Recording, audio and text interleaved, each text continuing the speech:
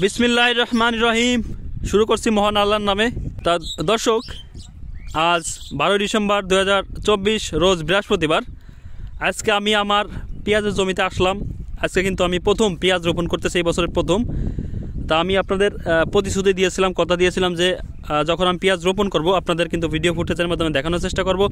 তা আসলে চারিদিকে ঘন কুয়াশা, আচ্ছন্ন কিছু দেখা যাচ্ছে না।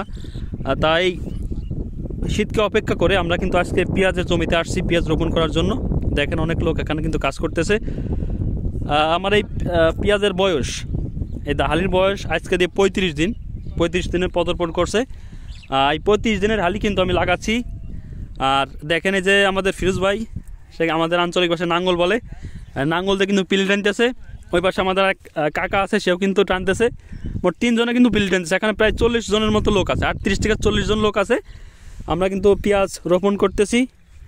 আর এই আমাদের এই নাঙ্গলটা, আমাদের আঞ্চলিক ভাষা নাঙ্গল বলে, এটা কত ইঞ্চির নাঙ্গল একটু আমাদের ফিরোজ ভাইয়ের কাছে শুনবো। ভাই আসসালামু আলাইকুম। ওয়ালাইকুম আসসালাম।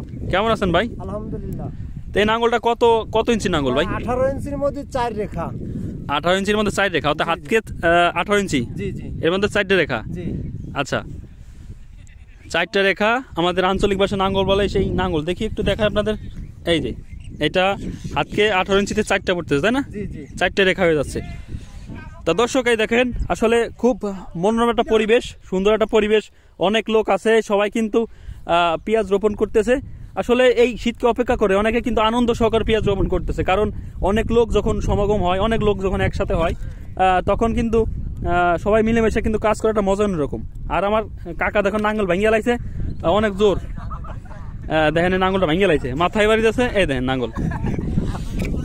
নাঙ্গল কিন্তু ভাঙিয়ে লাইছে।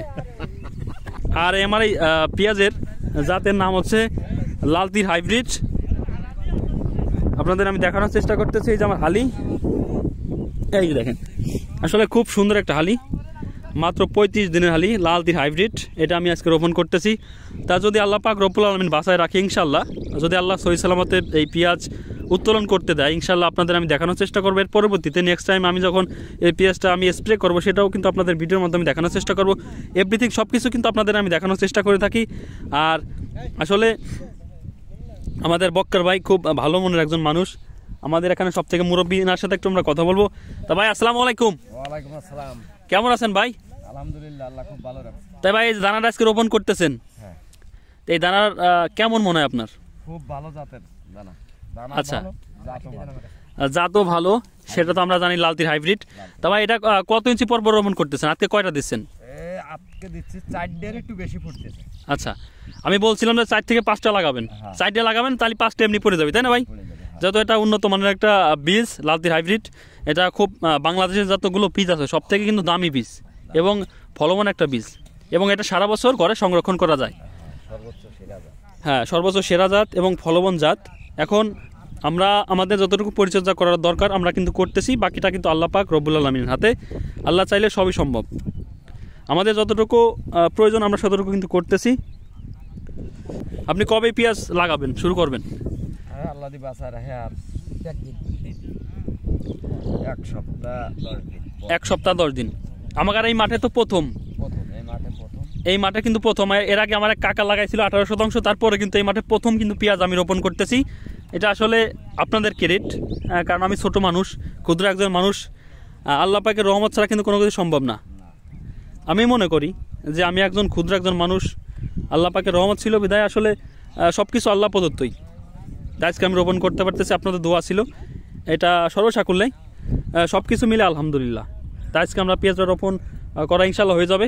এরপরে কালকে আমরা এসিআই কোম্পানির পেন্ডুলাম 16 লিটার পানিতে 100 মিলি করে আমরা এটা কিন্তু স্প্রে করবো। এরপরে আমরা কিন্তু এই জমিতে পানি দেবো ইনশাল্লাহ, আমরা আশা করতেছি।